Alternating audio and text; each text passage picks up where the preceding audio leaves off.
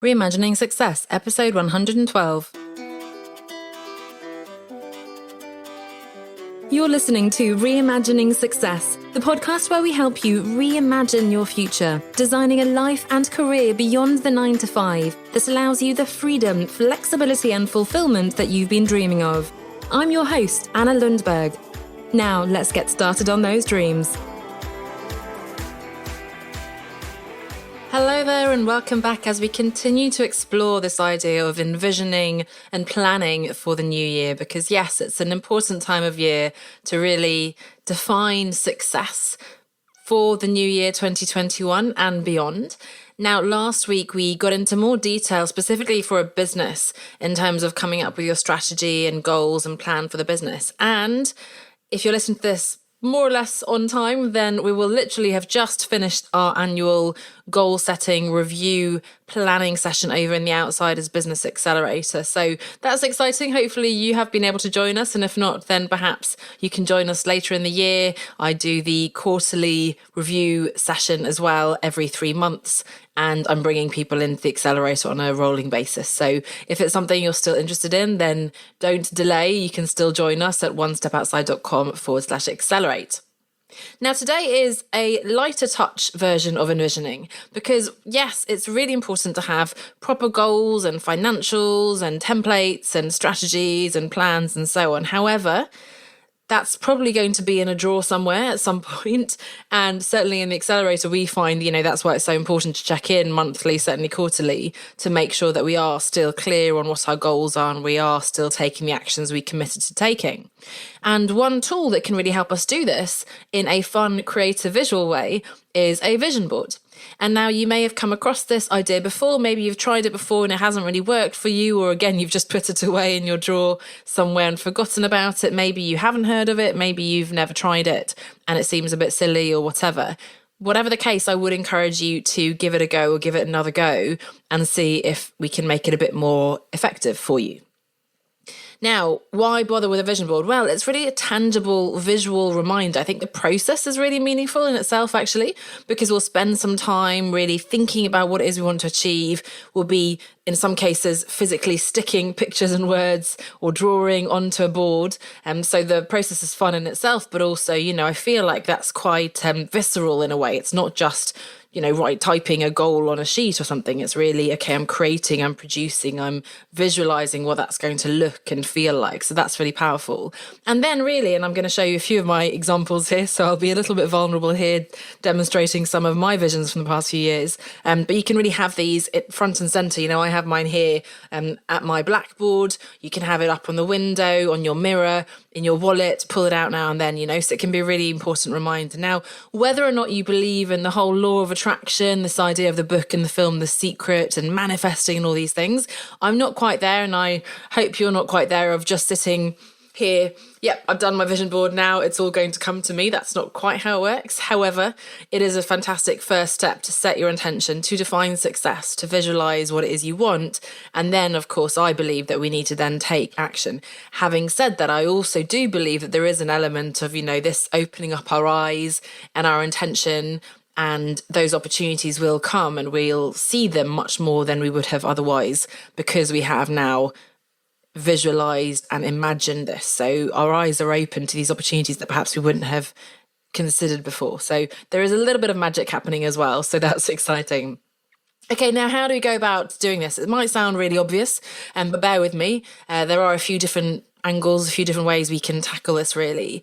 And the first one is to think about, okay, where are you in the goal setting process?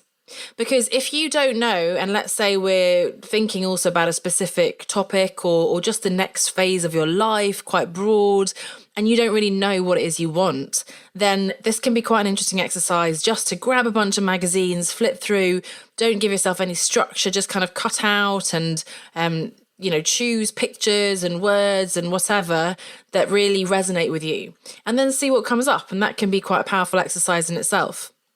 really just allowing it to be free and creative, and then having this board that might show you some certain themes. Maybe there's something that comes through about a sense of freedom that you're looking for. Maybe there's an element of travel you're wanting to do. Maybe there's a certain type of work or being with certain people. Maybe you're alone and there's an element of love and romance and relationship on there. All these emotions and aspects of your life could come through. So that's the first approach. If you don't yet know what you want, and in any case, it can be a really interesting free exercise just to see what comes up. On the other hand, if you have already set your goals, you've got your plan, your vision, you know exactly what you want, it can be a really interesting exercise to just choose pictures and words and so on to remind yourself to really concretely, tangibly, again, visualize and concretize these ideas in sort of physical form. So look, these are the 3 things I want to do this year, and I'm going to depict those on this vision board to remind myself it's going to be up there, and I'll look, yes, these are my 3 big goals for this year, or my 1 big goal even for this year, even better. So if you know exactly what you want, it can also be a useful backup device in a way to remind you, a tangible reminder every day there at your desk or in your bedroom, wherever you want it. And then finally, you can also use it for a specific theme. So let's say for your business, for example, could be really interesting. What are your goals and ideas, and what's your vision for the business? And again, that could be a free exercise, or it could be really specifically, tangibly representing your goals that you've already defined. You could do it for relationships and romance and that kind of thing. You could do it for your health and well-being and your body and your mind and your soul, if that's something you want to do, for your career path more generally, for some kind of aspect of your life, maybe for your home as well. If you're looking to build a home, I had one that looks a bit more like an interior design magazine, but I, at the time, hadn't had a home in many years. And in fact, in some ways, never, at least since I was at my parents', because I'd been living, in student accommodation and renting not so nice places and so on. So for me, that was a really important anchoring, grounding goal. And to be able to imagine all the beautiful designs and furniture I'd have in my study and so on was really exciting. So again, those are sort of 3 options to put out there. One is to go completely free and just see what comes up. The second is to have specific goals and then try to visualize those and choose pictures and words that will really represent those goals that you already have. And then finally choose a theme. And for the theme, you could either go completely free, or you could then choose specific images and so on to represent what you already know is your goal. Now, the other dimension, see, it's more complicated than you thought, is how you actually are going to go about doing this. And the first obvious one, I think, and the most fun, although albeit the one that I've done the least, I must say, up until recently, is to grab a bunch of magazines. I went to a local newsagents and I just got a bunch of travel magazines and business magazines, car magazines, even if that might be on your vision board, different aspects, lifestyle magazines, home magazines, and so on. So you get a range of pictures. You don't just want one with lots of skinny bikini girls on the front, for example, and you don't want one just with cars, maybe, unless you really have a very strong vision to buy a supercar, like my nephew, perhaps. But really a range of different magazines. You don't need a lot. But by the way, I did this last year with a group of women, and I think if you want to have some fun with it, then do invite your friends over. There are formal vision board sessions you can do, but I think it's something you can do by yourself as well. Get your partner involved. However reluctant, get your kids involved if they're old enough to wield a pair of scissors. Get some glue, tape, stickers, washi tape, whatever. You can get really creative and make it almost like one of those incredibly beautiful scrapbooks that they do as a hobby, but really up to you. But you can keep it simple as well, but pictures and words and things from these different magazines. So that's the most organic way. So in particular, if you don't yet know what your goals are, I think that's the most useful way of doing it. It's the most fun. Just sit there, put some music on, have some biscuits, have some friends over and sit and, chat with each other while you're sort of casually browsing through and cut out some pictures and words and so on, and then stick them on when you're ready. So that's an organic way. Now, the way I've preferred to do it in the past has been more digital. So you can, especially if you know what your goals are, it's easy, you can search words. So I was able to search, sailing or freedom or whatever it might be, right? So if you even, quite vague concepts you can search and you can find on Google Images. Don't worry about copyright because we're not going to be publishing this anyway. You can just keep it at home. But, digitally you can search for images and words and things, and then you can stick that onto a Keynote or PowerPoint, so you don't need to print anything out or use anything physical if you don't want to. Of course, it's nice if you then print out that final copy, or perhaps, why not, make it your desktop background. And then the third version, which is also digital, would be a Pinterest board. So again, it can be sort of organic, just browse, but it can also be that you're searching specific concepts and ideas and words and following people, put some food on there, put some sport on there, whatever else, right? You can also, of course, use your own pictures. I sometimes use my own personal pictures if it's something that I've done already and I want to do more of, for example. So again, 3 different approaches there. You can go completely physical and old school and fun with scissors and glue and friends. Or you can do it digitally by searching Google Images, or even more digitally, I suppose, with a Pinterest board as well. So it depends how you want to use it as well. If you're on the move, if you're nomadic, maybe you don't want to have lots of paraphernalia. In our workshop, we did these concrete A3 boards, which, are really nice, again, for me to have here on the side. But to show you some examples, I'll just flash them up quickly. But this was one of the ones I did. Well, in fact, I should say, before I show you the ones that I think are better, perhaps, to really try to think about how you want to feel, and not just the physical things. This is the house and the car and the money and so on, right? That's fine. But if you're familiar with Danielle Laporte's desire mapping, for example, it's much more around, okay, well, why do you want a house and home? Well, I want to feel like I belong.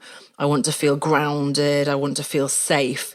So think about the feelings and try to depict the feelings around perhaps a beautiful picture of a house, by all means, rather than only the tangible thing. So the mistake I think I made my first board in 2012, I think, before I quit my job. And it had, as I remember, and that's one of the only things I remember, some really specific logos of companies where I wanted to work. And if that's the case, if you know exactly where you want to work and you want to depict those logos or office buildings or whatever, then by all means. In my case, I think I was just kind of putting on the superficial goal of wanting to career change to a more exciting industry. And I hadn't really reflected on what that meant. So it would have been more powerful, I think, to represent fulfilling, meaningful work, making a difference, feeling more free, working independently, traveling more. And those things were on there. But I think, rather than necessarily put a specific logo on there, for example, just as a bit of a kind of parallel of what perhaps isn't as useful. So don't go too concrete unless you are really sure you've done the work, you've done the due diligence on this really being exactly what you want. Now, I can't exactly see what you can see, so hopefully you can see this. And of course, if you're listening to the podcast, you can't see this. But if you weren't aware, I do now do video versions of the podcast. So you can find me at Anna S.E. Lundberg on YouTube, Anna S.E. Lundberg, and then you can watch the video as well.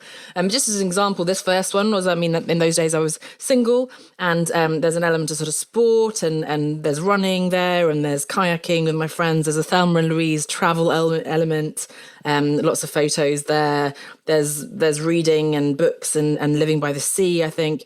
There is also an element of, and paddleboarding, which I was doing, writing books, which has been my goal for a long time, writing and presenting and running workshops and that kind of thing. So there's a bit of business there. And I wanted to meet someone. So I was growing old with somebody and having somebody to spend time with. I did a specific one for business too at the time. So I had, again, more concretely, there's a bookshop there, I'm writing, there's my book, a pile of books that I've written, be the role model you needed when you were younger, all the publications I wanted to be published in. What else have I got? Your comfort zone, that's my main coaching concept that I've always had. The magic happens outside the comfort zone. What does success mean to you? She designed a life she loved, more presenting and workshops and retreats, and a bit of paddleboarding still, and being by the sea and so on. So pretty consistent, but you can see how the business one is a little bit more focused in that direction. I do also have the home one, which again was when I was single. So as you can see, it's a little bit more pink perhaps than it's become now, although my study's quite pink. So quite feminine, but really beautiful for me. At least this felt really lovely in terms of the garden and the bed, and having my own space was really important to me at that time. And then just as an example, of course, what it could look like with Pinterest. Now, this is my dream car. If I ever live in California or somewhere like that, I'd love to have a yellow convertible Beetle. Doesn't look great here in rainy London, but it's certainly something to think of for the future. But again, that's sort of having a Pinterest board, right? I will show you also, because in 2020, I had quite a different approach. So if you can see this, hold it up here. There are a lot more words on there. So I found the art of simplicity, going slow. There's a lot around well-being and sleep. This was after I just had a baby, remember? Where next? There is a bit of adventure, wonder, weekends away. There's also the business aspect of contributing and inspiring talks and writing, movers and shakers and so on. My daughter's on there date night because, not just motherhood and work, but also wanting to have time with my partner and so happiness, home full of memories. So to be honest, I don't think that's so far off, but of course we did get a few spanners in the works, didn't we, last year, both globally and personally. Some things happened to shift my priorities, let's say, and that's okay, because this is quite a loose guide. It's a bit like the theme that we had a few weeks ago in terms of having that concept, having that guiding star that isn't too rigid. I'm not going to hold you account and say, hey, you didn't sleep enough, it's on your board here, you didn't achieve what you put on your vision board. It's a guide, it's a visual reminder, an inspiration, and something that should again be fun and light, and not something that feels really heavy and really dragging you down and sort of tying you to something that may or may not be relevant later in the year. So there you go. If you haven't done it before, I hope this is an exciting prospect. Have a go. Just need an hour or so. Again, involve your family, involve your friends if you can. Do it digitally by all means. Even easier, but it is more fun, I'd say, and perhaps even more effective and certainly more visceral, more physical to do it tangibly with scissors and pictures and all sorts, and cutting them out and gluing them on. But I hope you can see how it can be very powerful to both focus the mind on what it is you want if you're not sure yet, and then also represent physically, visually those things that you have identified as a goal as a visual reminder throughout the year. So I hope you enjoy that process. I'd love to see your vision boards. If you'd like to share them with me, you can share them, perhaps share an Instagram story and tag me in that, Anna S.E. Lundberg, or you can also, of course, email me if you want to keep it confidential, podcast@onestepoutside.com. Thanks so much for listening. Best of luck with your vision boards, and I'll see you next week. Bye for now. Do you feel like you're just not where you want to be professionally and you're ready to reimagine a life and career outside of the corporate 9 to 5? I can help you get clarity on what exactly it is you want to do instead. Overcome your fears and mental blocks to finally take action, and help you manage your time, energy and priorities through the transition. Apply for your free clarity call with me at onestepoutside.com/clarity call. I can't wait to get you started with that one step, so sign up now at onestepoutside.com/clarity call.